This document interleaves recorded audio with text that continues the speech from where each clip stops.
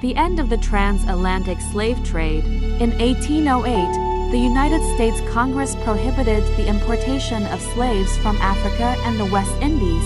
At the time, President Thomas Jefferson, a Virginia farmer and slave owner, advocated for the prohibition because it benefited Virginia's slave breeding industry.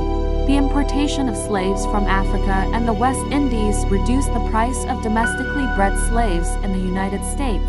The prohibition cut off the supply of slaves from overseas, thus increasing the price of domestically bred slaves. The prohibition made Virginia slave breeding farms more profitable. Breeding farms. Breeding farms had been in existence for decades before the 1808 prohibition occurred. Jefferson was a slave owner who had 6 children with a slave he owned named Sally Hemings. Jefferson was not advocating for the end of slavery in the United States. Jefferson was interested in making the slave trade more profitable for Virginia. At around this time, the invention of the cotton gin led to the rapid expansion of cotton cultivation in the South. Across the South, large tracts of land were cleared and cotton was grown on this land. Picking cotton is labor-intensive and drastically increased the demand for slaves. The Deep South, also known as the Cotton Kingdom, supplied the United States and the rest of the world with cotton.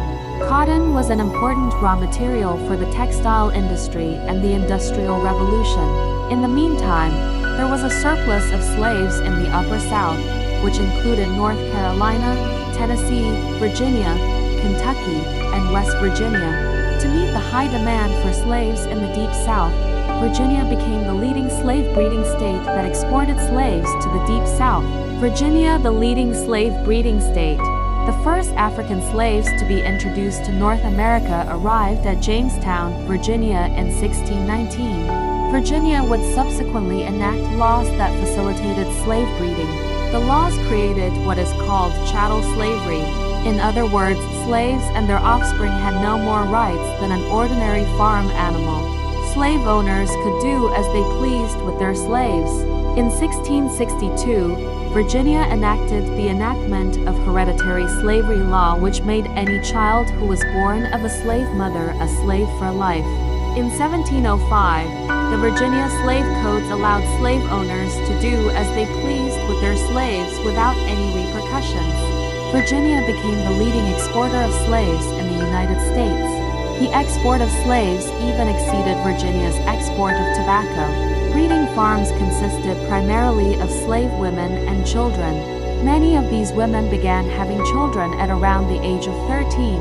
A relatively small number of male slaves were kept around to impregnate the female slaves. These slave men were referred to as bucks or studs. They were usually healthy, muscular, and well-endowed. Owners practiced selective breeding. In general, slave owners wanted large male slaves who were likely to produce good field workers.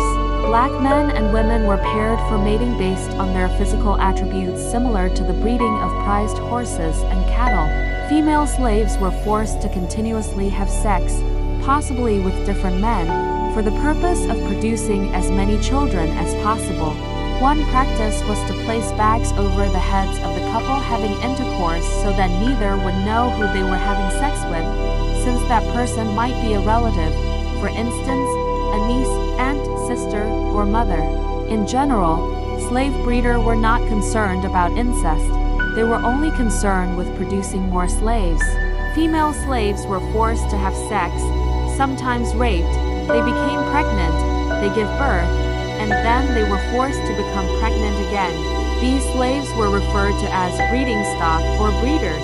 Slave owners preferred female slaves with wide hips and big breasts. Slave men and slave women were bought, sold, and leased based on their perceived ability to produce children.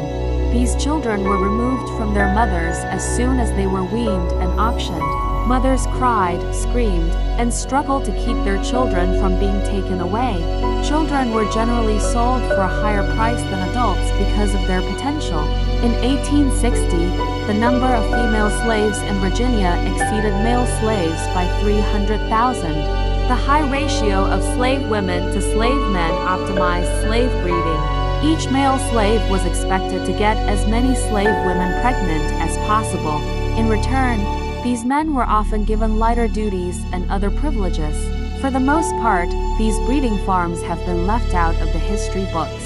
Breeding farms in the Upper South were driven by the high price of slaves in the Deep South due to the growing cultivation and global demand for cotton.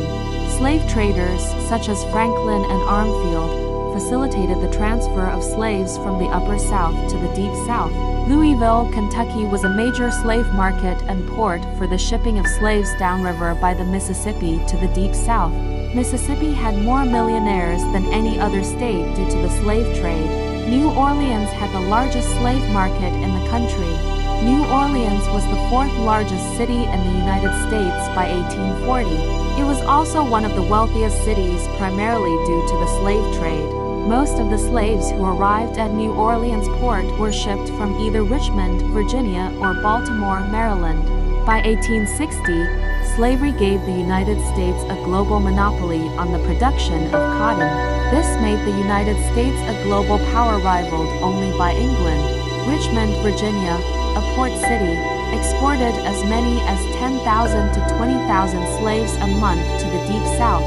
Slaves, not tobacco, were Virginia's primary export. Slaves were shipped by boat, by stagecoach, and by rail. Besides being a port city, Richmond also had 5 railroads. Domestic slave breeding became an industry in itself that continued until the end of the Civil War in 1865.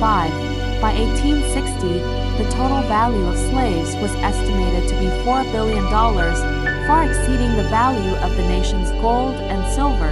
The largest breeding farms were located in Richmond, Virginia, and the Maryland Eastern Shore. Nonetheless, slave breeding occurred throughout the South.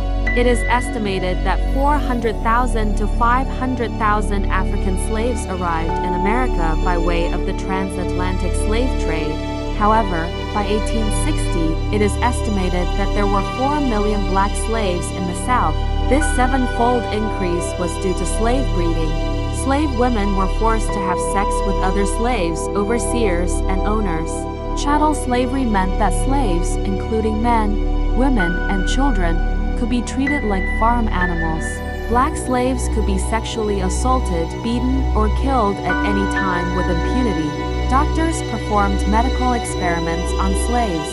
Doctors also performed gynecological procedures on slave women without anesthesia. The Supreme Court stated in Dred Scott v. Stanford, "They slaves had no rights which the white man was bound to respect."